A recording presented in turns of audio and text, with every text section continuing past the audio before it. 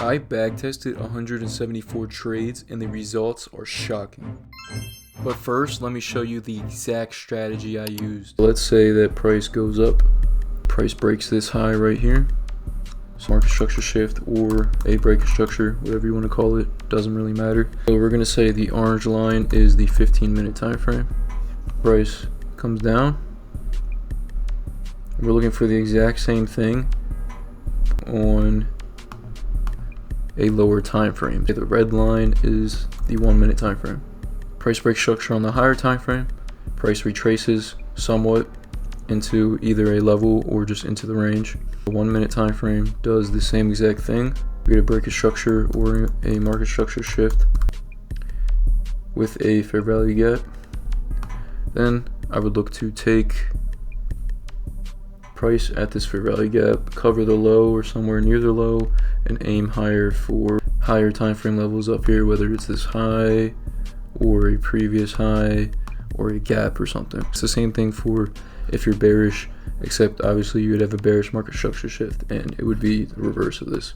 Alright, so we're on the journal that tracks all the statistics of these backtesting sessions. As you can see, there's seven individual backtesting sessions, all of them with different amount of trades. So the first one's 100 trades, second one's 9 trades, and so on and so forth. So I'll show you guys the statistics of all these trades. But first, let's go into each individual one. So you can see this is a backtest of 100 trades. You can see the net P&L is $43,183.82. Win rate is 53%. And basically, you can see the max drawdown was $3,464. So on this one, I was specifically risking more. I think I was risking $500 to $1,000. So this was simulated as just a $25,000 live account, not a funded. Obviously, if you did a funded with this amount of risk, you'd blow the account. 84 days traded.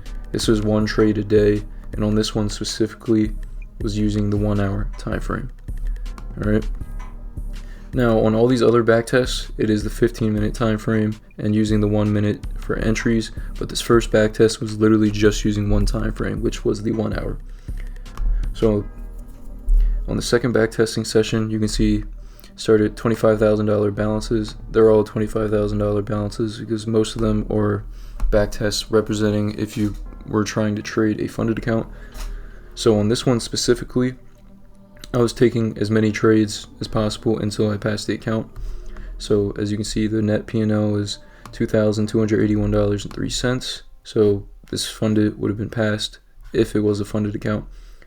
So 9 trades, 55.6% win rate. See, average loss was $223. Largest loss, $284. Largest win, $1,220. All right. So the max drawdown on this was $488. So that was less than half of the max allocated drawdown on, a 25K funded. You can see the average hold was 5.8 hours. The median is 23 minutes. 3 days traded, 3 trades a day, and this would have passed the 25K challenge. Actually, more than passed because you did not need to make that much. So we'll go on the third backtest.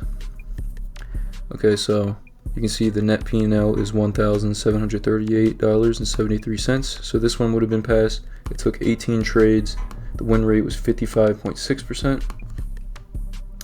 Average loss $252. So in this example or simulated backtest, I was risking $250 roughly. You can see the max drawdown $739.70. So risking $250, I had 3 trades in a row that were losses. So this got very close to the max drawdown, but it did not get hit. Average hold was 20 minutes. 2 days traded, 9 trades a day. So this was basically trading as many trades as possible per day. So now we'll get on to the next backtest. This is the fourth one.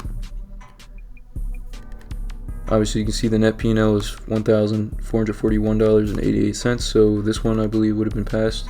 7 trades, 57.1% win rate. So in this one specifically, I was risking $500. So, which is more than you want to risk, obviously, on an actual 25K funded. However, I just wanted to see what would work with risking different amounts and everything. So the average loss was 511, the largest loss was 520, largest win 1257.75. So this is the thing, and this is why you can't risk this much obviously on 25k, because you'd blow your account in just two losses. I had 3 losses in a row, so this one actually was a fail. The average hold 31 minutes, and I traded 1 day, so it was just 1 day, 7 trades in a day, which obviously, unless you have the money to just, take as many trades as a day, you don't really want to do that on the actual funded or live account anyway. So we'll go to the next one. I believe is this one. This was 4 trades. So the net P&L 16, 21, 30. This took 4 trades. This one would pass the simulated funded account. 75% win rate. I mean, it only took 4 trades, so that's not really that impressive to have that type of win rate when it was only 4 trades. Average win 620, average loss 240, so I was risking about $250 on this one as well. Max drawdown $240, so 1 trade, obviously lost 3-1.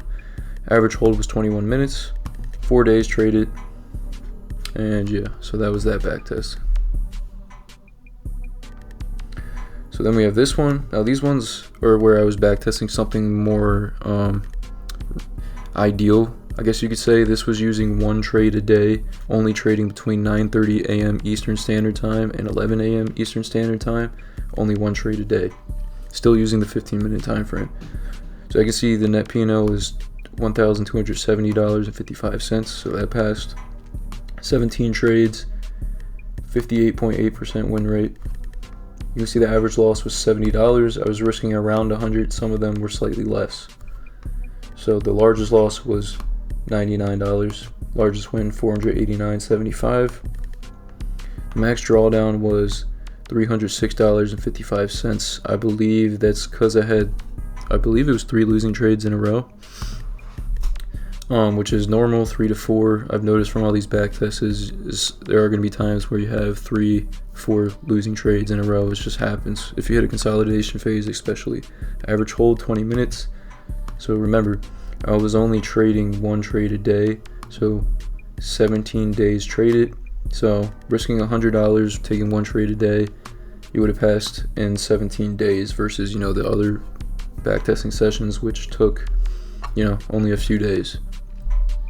So on this next one, I did the same exact thing, only risking around $100. You can see the net P&L is $1,382.30. I took 19 trades, which it was really 18, but I placed 2 limit orders in the same place, so it just says it's 19 trades. The win rate 63.2%, which is significantly higher than all the other ones, but there's literally a reason for that. As you can see, with the expectancy is less than 1 hour, and that's because my trailing stop losses and or my break-even stop losses kept getting hit, so that's why the win rate is higher. And there was also a few trades that, multiple trades, like 4 or 5, that hit the trailing stop loss and then went straight to take profit. So this one took longer than expected. So average loss $89.80, average win $167.58. Largest loss was 102. Like I said, I was risking around $100. Largest win $451. You can see the max drawdown was $193.83. So this was 2 losing trades in a row, I believe.